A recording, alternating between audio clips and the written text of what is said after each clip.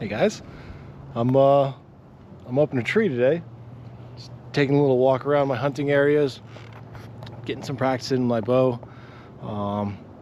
Figured this would be an interesting place to shoot today's video. So the scam for today is paper money. I mean cash in general. And I mean, it should be pretty clear to most people, but inflation is stealing your money, essentially. You ever seen There Will Be Blood, the scene at the end where he's talking to the priest and he's like, I drink up all your milkshake.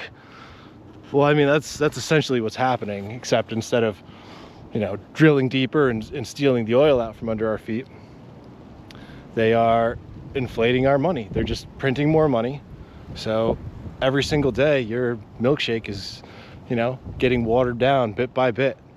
You know, this isn't financial advice. I'm not a financial expert. I'm just a guy who's been around 35 years, and this is just an obvious problem that I've seen. And it's, you know, it's happening to everyone. It's crazy. It's crazy to think that it was, you know, that it happened in the first place, that the government got away with it is insane. But paper money, you know, cash or check, obviously everybody needs to have some access to cash. You know, these days in America, probably about $5,000 is safe, you know, and maybe a little bit more if you can spare it. But as far as, you know, your savings go and your future, get that money into something real, man. You know, investments are okay, you know, they grow. S&P 500 is cool, but I personally like tangible things. Gold, silver, land, you know, invest in oil, you know, get your money into the things that they get their money into, and you'll actually, you know, eventually gain value, especially as the value of cash goes down.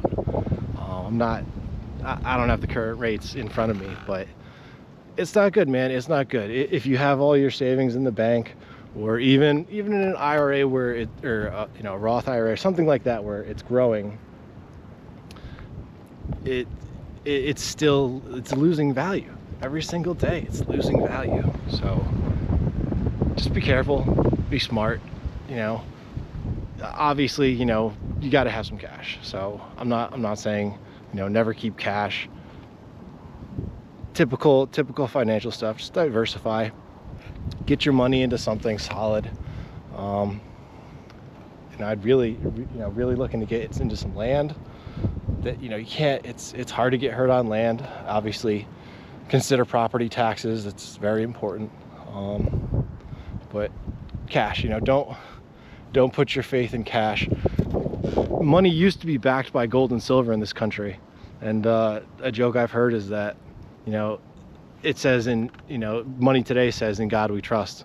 And the joke is that it used to say, in gold we trust, but since they took the gold out of it, you just have to place your faith in God. So,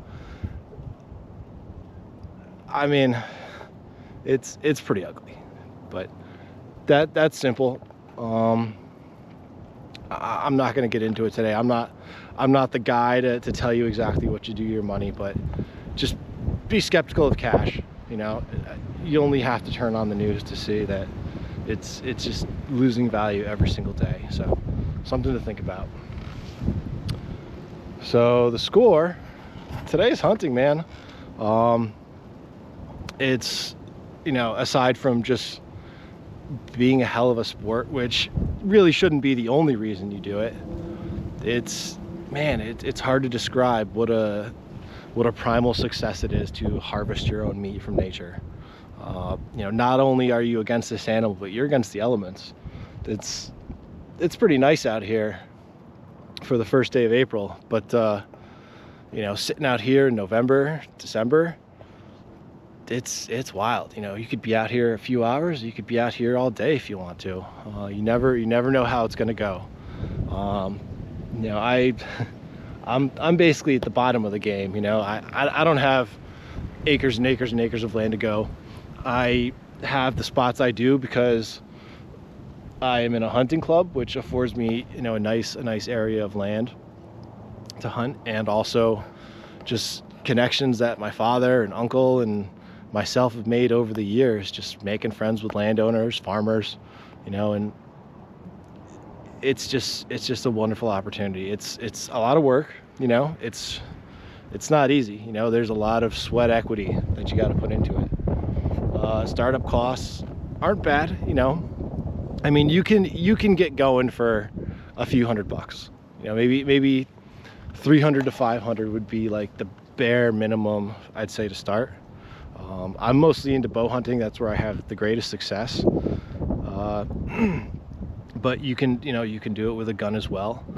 I'm not going to really get into the politics of it, you know. I'll leave that for another time if you guys want me to go in depth on it. But I'll say this, you know, animals in nature do not die nice deaths. It's not like a Disney movie where they all, you know, they die peacefully surrounded by their friends. Out here, you know, basically every animal that's not a predator ends up getting ripped apart by a predator. You know, if it doesn't get hit by a car, it ends up getting chased down and just ripped to shreds by ferocious, you know, coyotes. There's not any wolves around here, but out west and up north, that's a big thing. There are bears where I'm at. I almost shot one last year, but I missed him by a hair. So maybe this year. But honestly, it's a death from a hunter is a gift to an animal.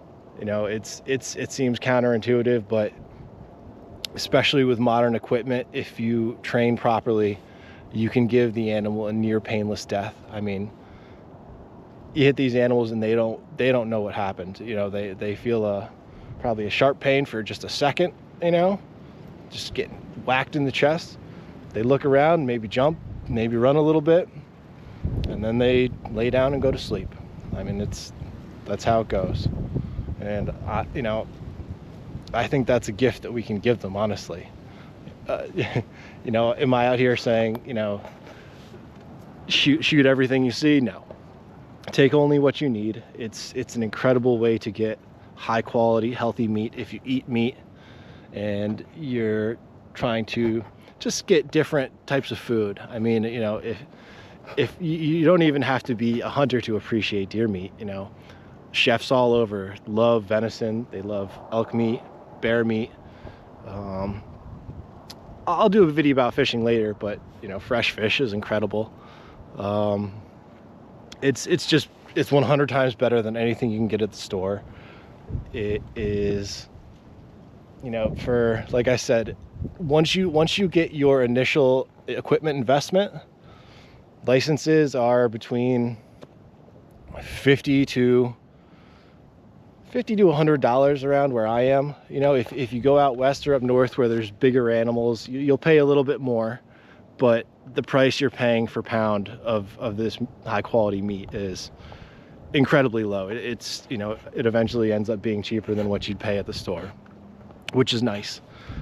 I got 3 deer last year. My dad got 1, and we ran out of room in the freezer this year. So I'm saving a lot of money on meat, and it's a score. You know, it's worth talking about. It's worth sharing. I love sharing it with friends.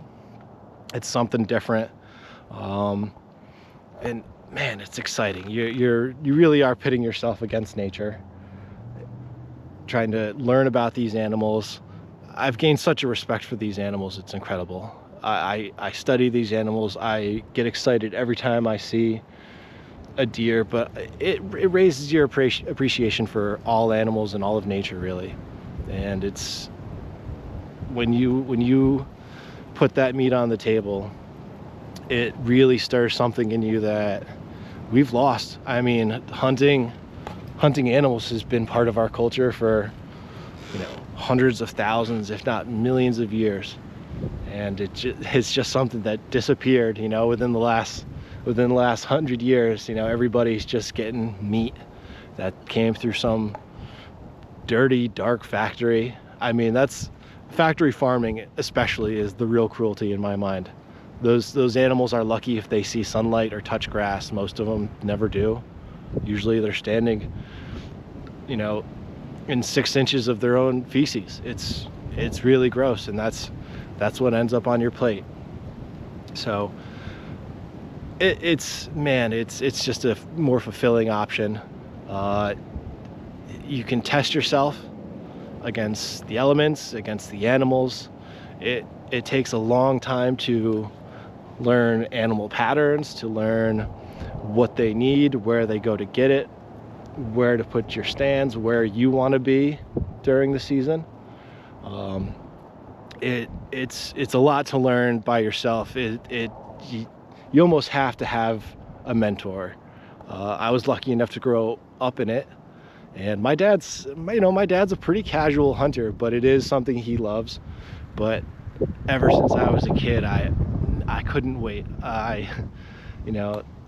Getting a bow and arrow or a Red Ryder BB gun when I was a kid was just the coolest thing, man. And I was so excited for it. In fact, I almost overhyped myself. By the time I actually got out in the woods and started killing deer, I was 15 or 16, and I was disappointed by the amount of work and patience required. At that age, you'd much rather be doing other stuff, hanging out with your friends, whatever. But eventually I got back into it back in my early 20s. I always hunted casually throughout school, but when I really got back into it, it was just a random invite from one of my friends. He asked me if I wanted to go hunt little bit south of here in Coxsackie at a friend's house, and I was so I picked a random spot just kind of at the edge of this guy's backyard. He just had 5 acres on a hill of beautiful woods, very much like this. And I was just sitting on the edge of the field in the grass. I was unprepared. I had no expectations. I didn't even think I was going to see anything. And I think I don't remember if I was smoking a cigarette or if I was smoking a joint, but I heard footsteps coming through the leaves right down the trail that I walked down, just and it turns out I thought it was the guy who owned the land coming to tell me something or say hello. So imagine my surprise when I saw it must have been a 12 or 14 point buck. It was the biggest trophy deer I have ever encountered in my life up to this day in person. I've seen bigger deer standing on the side of the highway at night, and I'm not going to really count that, but I thought my heart was going to explode, and buck fever is the realest thing in the world. You see that animal and all your thinking, all your rationality goes out the window. Your heart starts pounding, your whole body is shaking. And I tried to get a shot off, and he was man, he couldn't have been more than 15 feet away from me when he popped out of the tall grass and I saw him. And I missed him, and as he's running away, I'm taking some pretty wild and frankly irresponsible shots at him, which is something you have to work on. Self-control is very important, and especially when you gain true appreciation for these animals, you don't want to make bad shots on them. It still happens to every hunter. Nothing is certain. We're not indoors. We're in the woods, freezing our asses off, shooting at a very fast, wily animal. And I ended up missing that deer completely. I didn't even hit him at all. But that is what truly awoken my passion for hunting, and I've just had a blast ever since. I'm always thinking about November and December, and I start training for it really. I get my compound bow out as soon as it warms back up in the springtime, which is why I'm out here at one of my spots. I actually shot a beautiful 8-point buck, and it was just right over here. Came out around the corner this way, and I was able to make a good shot on him. He was close enough. And it just worked out. It worked out perfectly, and that was the biggest trophy deer I've ever harvested myself. So just more and more, you know, I'm always studying these animals. I'm always trying to learn about these animals. You know, deer hunting is what a rush. It's incredible. It delivers, you know, value for your money, value for your food, and it is an extreme recreation. You know, it's definitely can be type 2 fun. You know, it's not always fun in the moment when you're sitting in a tree or in a blind, freezing your toes, and but it's always fun looking back on it. Even, you know, even when there's mishaps or mistakes, you certainly will look back at them fondly, and it's 100% something worth doing. I can't, you know, it's hard for me to describe just how much of a good feeling it is. So check it out. If you're, you know, if not, you know, eating animals isn't your thing, fine, I respect that. But if you eat meat and you're up for some adventure and some, you know, just one of the realest experiences you can have, check it out. If you have any questions, let me know in the comments. I'm happy to get more in depth on any part of this, my gear, where I go. Let me know your questions, and I'll see you guys again. Have a good time.